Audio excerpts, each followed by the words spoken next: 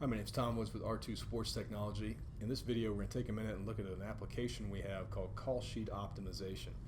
Before we do, just a quick word of background on who we are and where we come from. Again, my name is Tom Woods. We're out here near Denver, Colorado. We're actually an aerospace and defense data services company for the most part. That's what we've been doing for the last 16, 17 years.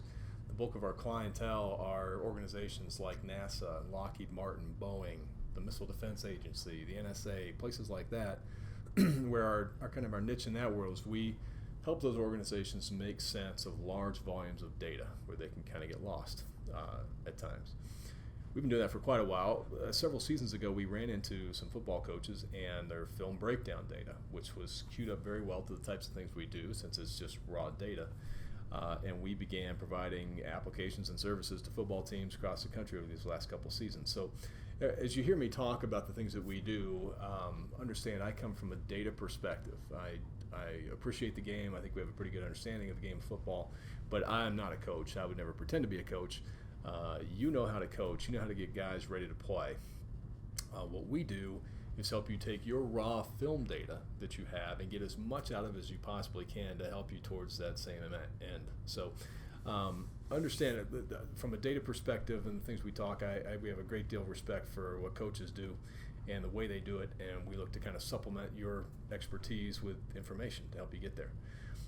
Let's talk about call sheet optimization here for a couple minutes. I'm going to show you just kind of some background on what the concept is, and then show you some actual kind of reports that we put together to help our clients. Here's the key behind call sheet optimization. You have, if you're like most coaches, and you're breaking down film, let's just talk about the concept of calling plays for a minute. The best play call you can make is one where you operate from a position of strength and you attack a known weakness in your opponent. If you can put yourself in that situation, then you're going to have a great deal of success. Now, the way you identify those pieces of that equation, if you will, in your film data come down to your self-scout and your opponent scout data. So what we do with our clients, they provide us their raw film data after they've finished breaking down film. And as this simple chart shows here, your self-scout data informs you about where you're good and where you're bad. So in any given game situation, I can look at self-scout data and begin to understand where I'm struggling or where I've had great success. Maybe on first down plays, between the 20 and the 40-yard line, I've been really good running counter plays. Maybe I see that. And maybe I see that, boy, my screens never work down in there.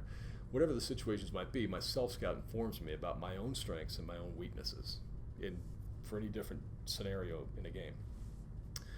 On the other side, your opponent scout data, if you spent time breaking down 3-4 games on an opponent, it does the same thing on your opponent. So I can look at my opponent scout data for any given game situation, and I can see his strengths and weaknesses. I can see where's he good, where's he bad, where has he struggled, where has he had success. Now, if I can bring those two things together, and we integrate those two pieces of data, what we do with call sheet optimization is, in effect, we take those two different data sets and we overlay them. We integrate them and we overlay them. That's a kind of a loose term for what happens in databases, basically. So we can very quickly, automatically overlay those two and show you play calls that will align your strengths on your opponent's weakness, so that you can know that from a data perspective well in advance of the game. And not operating up on your gut, but from a pure data perspective, you can see where any potential play call or element of a play call falls in terms of whether it's a strength and a weakness and that kind of a thing. And if you can put yourself in a position, like I said again, where you're operating confidently from a spot where you know you're operating from strength and you're attacking a weakness in your opponent, then you're going to have a great deal of success.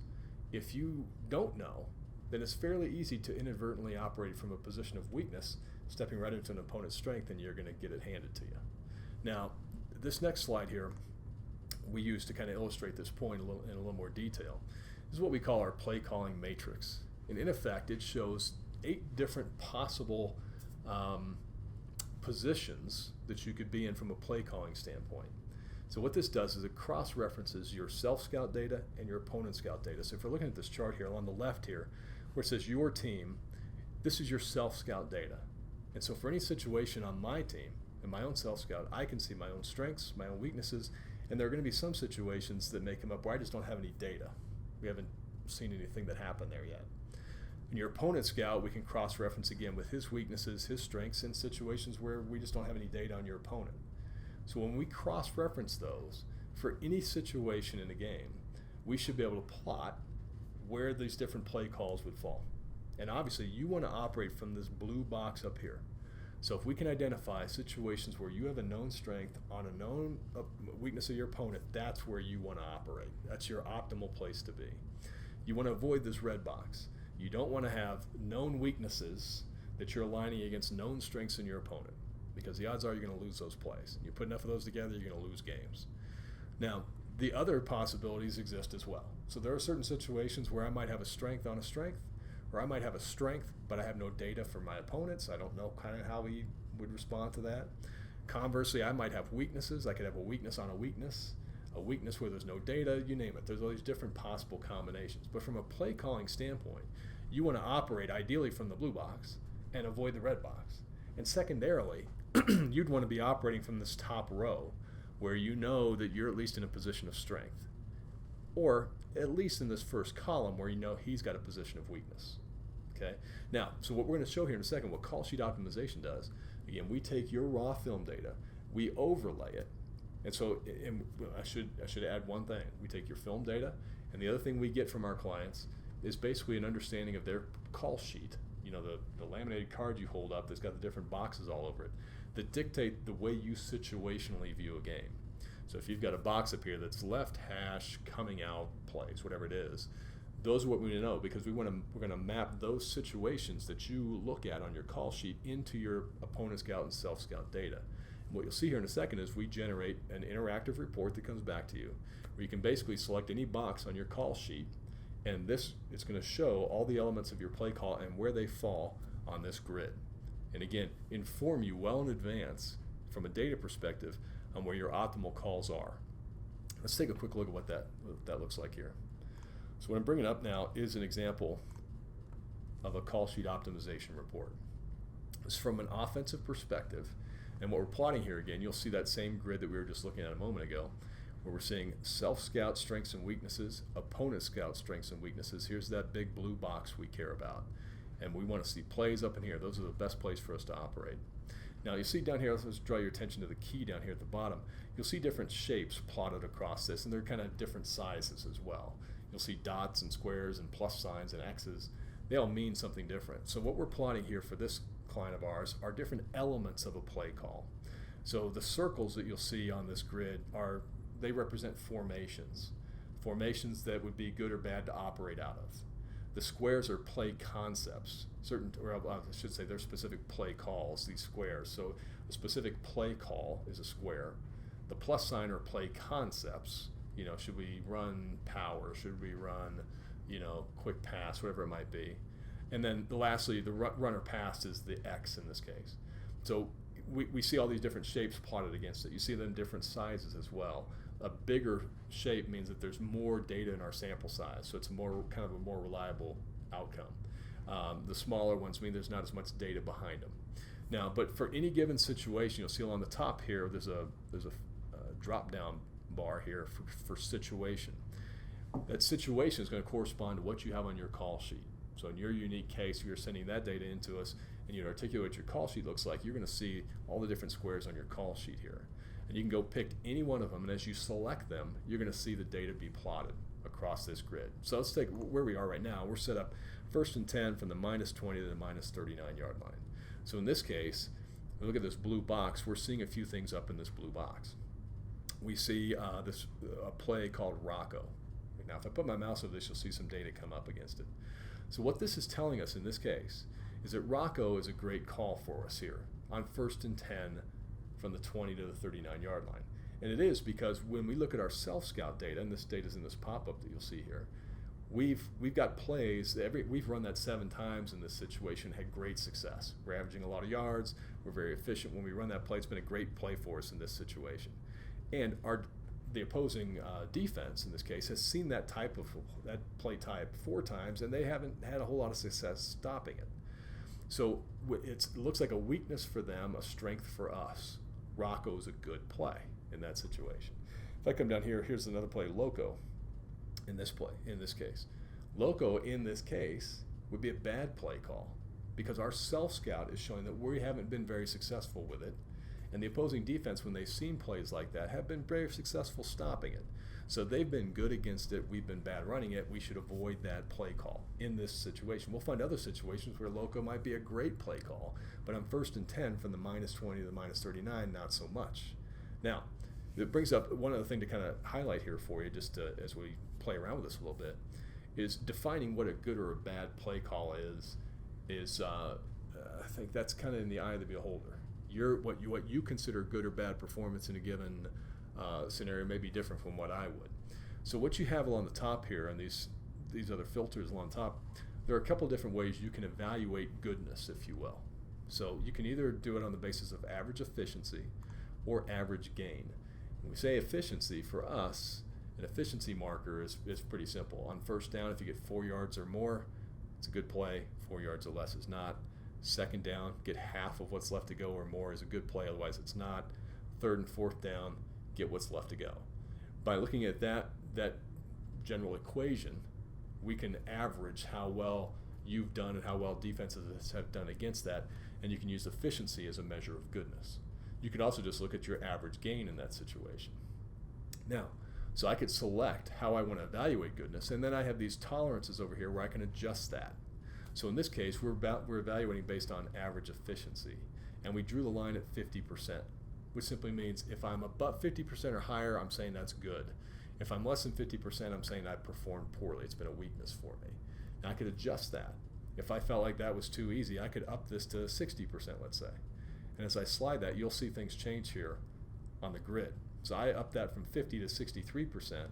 Well, that moved Roco over to a strength on a strength, because that now said, okay, well, this defense is better. If 63% or 62% or less is good defensive performance, then that's going to look like a strength for them.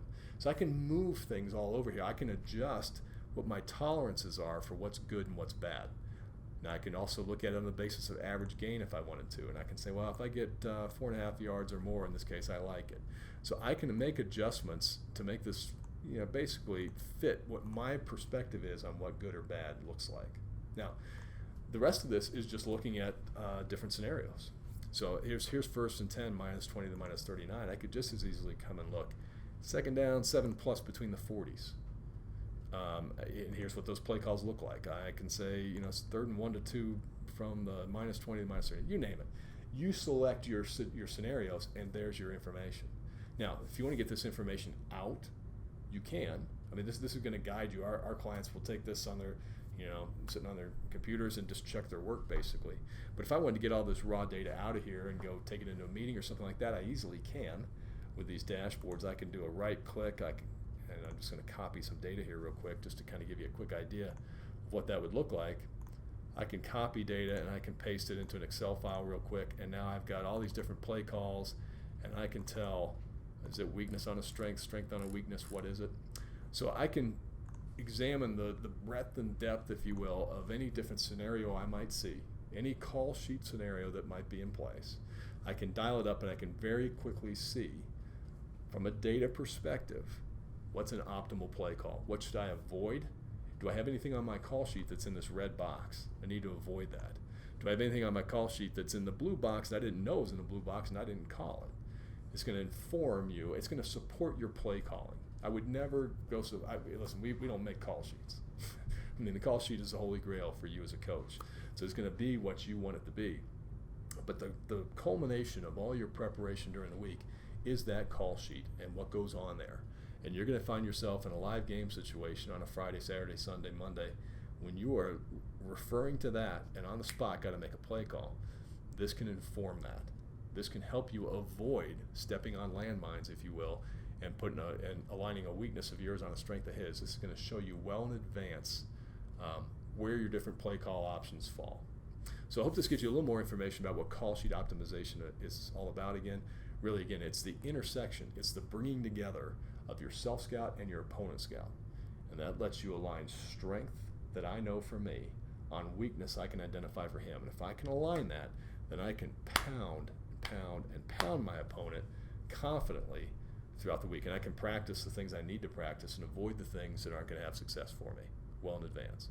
Just as a quick, to kind of close things out, again, if you have more questions about what it is we do and how we work with our clients, it's really pretty simple. Our touch point, again, with the clients that we work with is your raw film breakdown data. So our clients do what they always do. They break down film. When they're done, they export that to an Excel compatible file, text file, if you will, and they submit that to us. Once we have that, we're able to process it very quickly, return it to you, and in season you'll have this thing back within an hour or two, and you are off and rolling with all the information you need to put together a game plan that could be successful each week. If you have questions, here's our contact information below. Don't hesitate to give us a call at any time. If you'd like to see how your data works and looks and feels and some of the things we do, by all means, let us know. We'd be happy to spin something up for you. Thanks for taking time. Look forward to talking to you again soon. Take care.